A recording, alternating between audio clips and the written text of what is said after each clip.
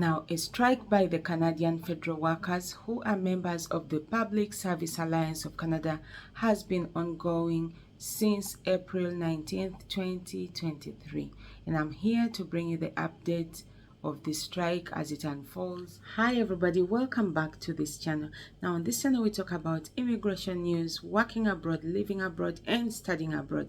Now if any of these topics interest you, ensure to click on the subscription button. Do not forget to also click on the bell button in order to get notified whenever we upload a new video. Now in today's update, we bring you updates on the ongoing strike that is going on in Canada, and this strike has been spearheaded by the PSAC, which is a union umbrella under which we have the Treasury Board, and also the IRCC, which is the Immigration, Refugees and Citizenship Canada.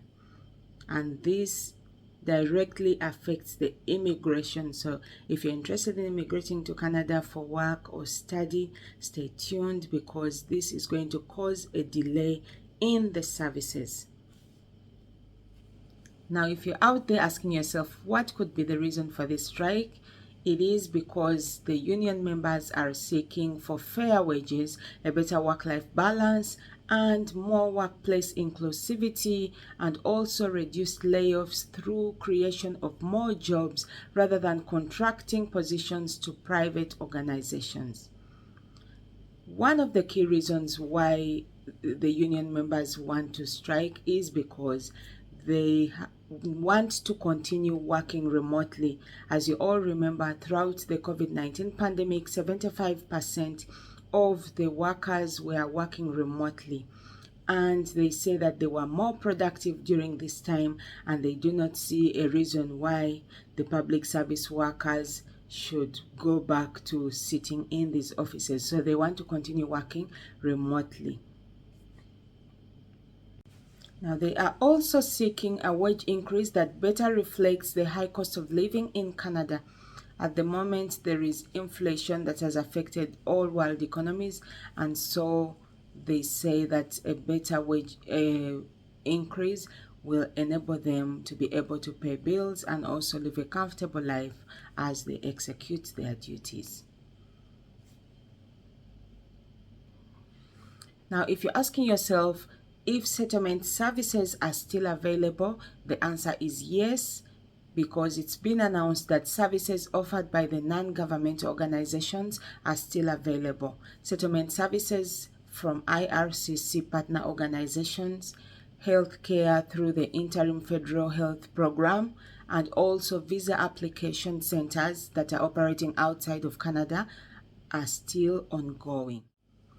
Now, for those of you who are asking yourself if you can still apply to live, work, study in Canada during the strike, the answer is yes, it is still possible to apply online. You can also mail an application to IRCC. However, there will be processing delays according to the IRCC. Additionally, the ESDC says that there will be delays or disruptions in the collection of biometrics, especially for foreign nationals who apply for the visitor visa, a work or study permit, including United States nationals, permanent residents or refugees, or asylum status, are required to submit biometric data, fingerprints and photograph, and also an application without biometrics is not complete and may be rejected when IRCC resumes processing applications as at normal service levels. So ensure to, in case you're applying online, make sure that you have done your biometrics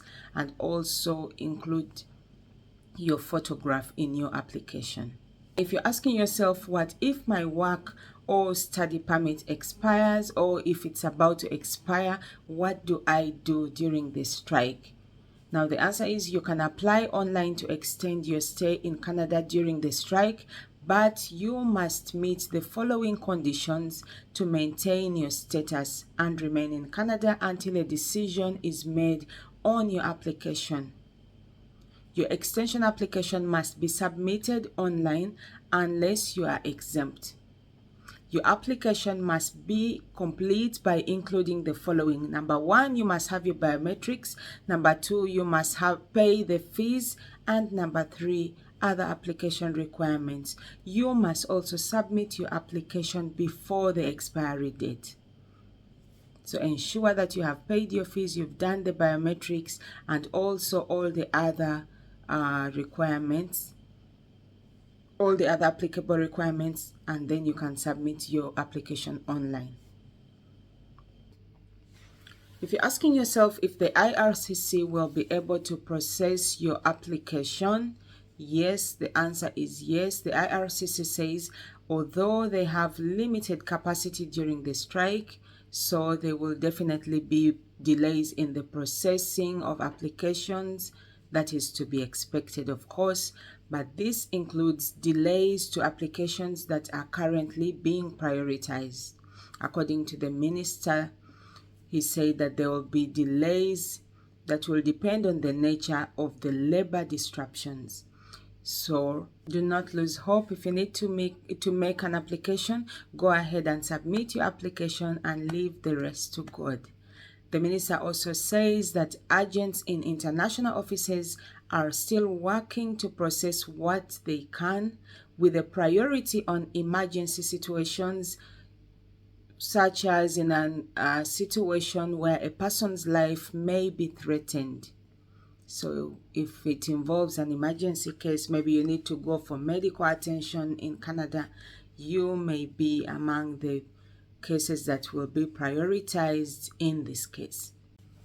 Another important thing to note is that all the citizenship ceremonies, the events that were scheduled while the strike is ongoing, will have to be rescheduled. According to the minister, except some urgent applications may still be processed.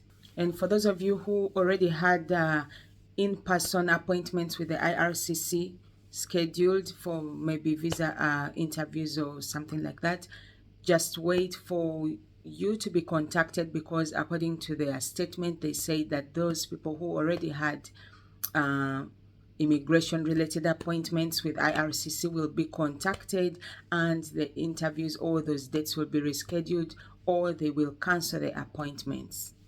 So it is something that is going to affect everyone who is wishing to travel in and out of Canada. It is going to cause delays in a lot of things, but never lose hope. Just keep hoping that this strike does not take too long, because it will cause a backlog in the immigration work and process, and that will delay many people who are hoping to travel. If this information has been of help to you in any way, leave us a comment down below. Let us know what you think. Let us know your experience. In case you have any questions and we can answer them, we will definitely do that. Thank you guys for watching. See you on the next video. God bless you.